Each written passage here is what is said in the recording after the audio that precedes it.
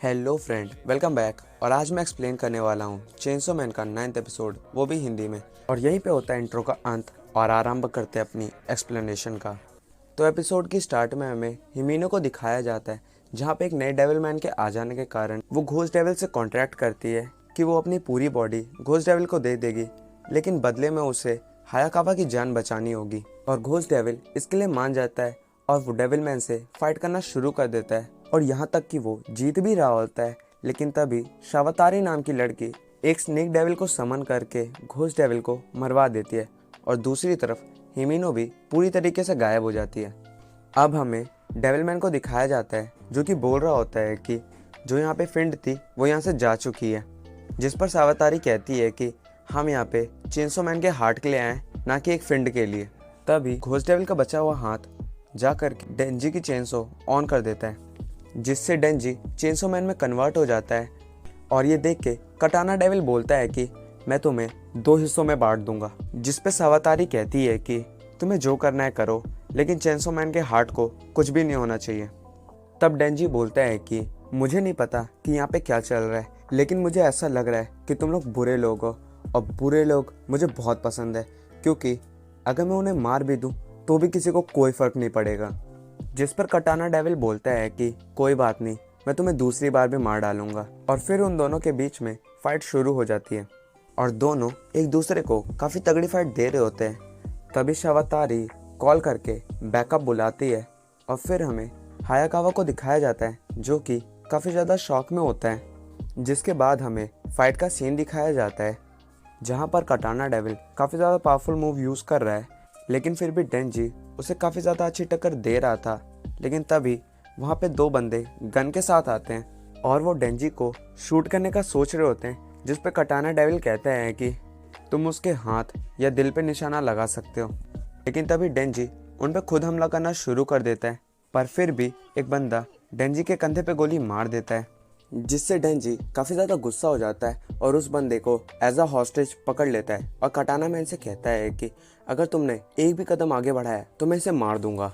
और ये बात सुन के कटाना मैन शांति से नीचे बैठ जाता है और कहता है कि बेवकूफ़। और तभी वो अपनी टेक्निक यूज़ करता है, जिससे वो अचानक से डेंजी के पीछे आ जाता है। और जब तक मैं डेंजी कुछ समझता, तब तक मैं कटाना मैन ने डेंजी और हॉस्टेज के 2 हिस्से कर दिए थे।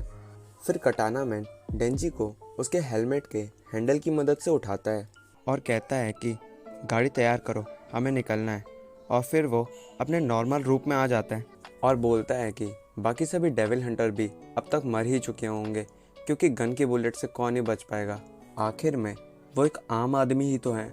और फिर हमें बहुत सारे डेविल हंटर्स को दिखाया जाता है, जो कि मर चुके होते हैं, और इसमें माकिमा भी होती है। और फिर हमें माकिमा के किलर्स को दिखाया जाता है, जो कि बोल रहे होते हैं क्योटो आने वाला है, और क्योटो के आते ही वो लोग भीड़ में मिलके यहाँ से चले जाएंगे। लेकिन फिर उन्हें एक आवाज़ आती है, और जैसे ही एक किलर मुड़ के देखता है तो उसके सामने माकिमा खड़ी होती है।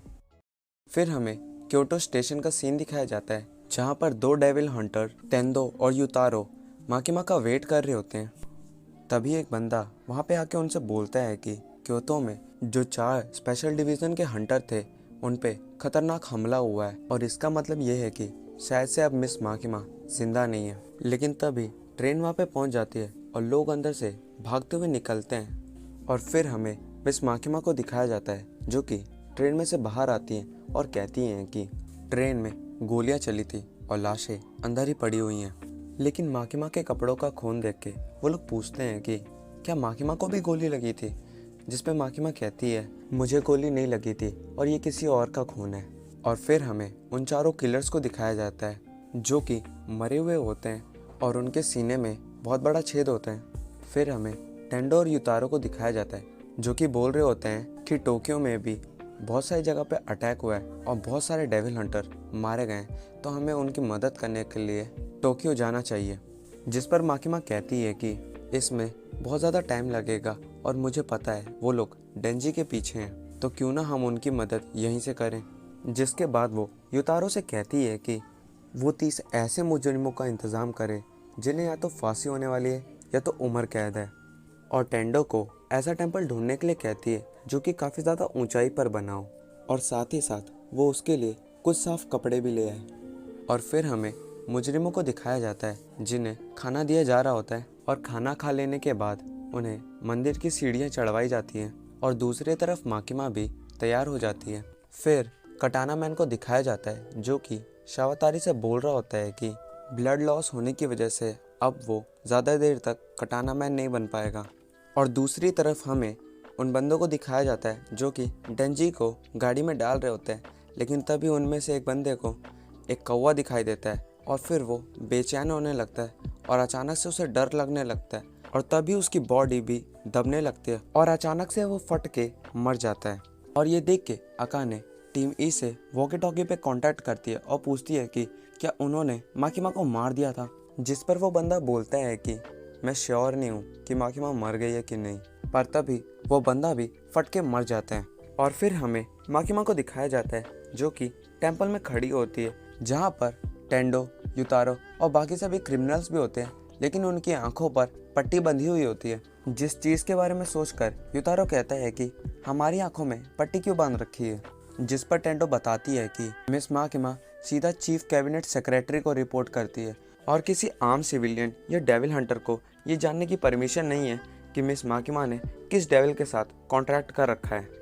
जिसके बाद हमें मिस माकिमा को दिखाया जाता है जो कि एक क्रिमिनल के पास आती है और उससे शूजो मिशिमा ये नाम दोहराने के लिए कहती है। और जैसे ही वो बंदा ये करता है तभी माकिमा एक हैंड साइन बनाती है और फिर हमें कटाना मैन का सीन दिखाया जाता है जहाँ पे वो एक मिशिमा नाम के बंदे से डेंजी को गाड़ी में डालने के लिए कहता है और जैसे वो बंदा ये करने वाला होता है तभी वो बंदा फट के मर जाता है और जिस क्रिमिनल ने भी उसका नाम लिया होता है वो भी मर जाता है। जिसके बाद माकिमा एक दूसरे क्रिमिनल के पास जाती है और उसे भी एक नया नाम दोहराने के लिए कहती है और जैसे ही वो क्रिमिनल ऐसा करता है एक दूसरा बंदा भी मर जाता है, जिससे कटाना मैन और उसके बाकी साथी भी डरने लग जाते हैं और वो सब वहाँ से भागना शुरू कर देते हैं। लेकिन माकिमा उन सबको मार देती है, लेकिन वो कटाना मैन और अकाने को जिंदा छोड़ देती है। जिसके बाद वो टेंडो और युतारो को अपनी आंखों से पट्टी हटाने के लिए कहती है और जैसे वो दोनों अपनी पट्टियाँ हटाते हैं वो देखते हैं कि सारे क्रिमिनल मर चुके हैं और माकिमा कहती है कि हम यहाँ से जो कुछ कर सकते थे वो हमने किया,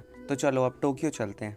जिसके बाद हमें कटाना मैन का सीन दिखाया जाता है जहाँ पे शावतारी बोल रही होती है ये पक्का माकिमा ने किया है, लेकिन तभी वो कुबिनी को देखती है जो कि उससे कुछ दूर खड़ी होती है और फिर हमें पास दिखाया जाता है जहाँ पे जब वो बुढ़िया हिराकाज़ो और कुबिनी को मारने वाली थी तभी हिराकाज़ो कुबिनी को बचाने के लिए सामने आ जाता है और अब कुबिनी के हाथों में एक चाकू होता है और वो उन दोनों को मारने के लिए आगे बढ़ती है। तभी शावतारी स्नेक डेविल को समन करती है, लेकिन कुबिनी उससे बच जाती है और वो सीधा कटाना मैन का एक हाथ काट देती है और उसे गोली मार देती है, जिसे देखकर शावतारी काफ़ी ज़्यादा घबरा जाती है और उसे गोली मारने लगती है।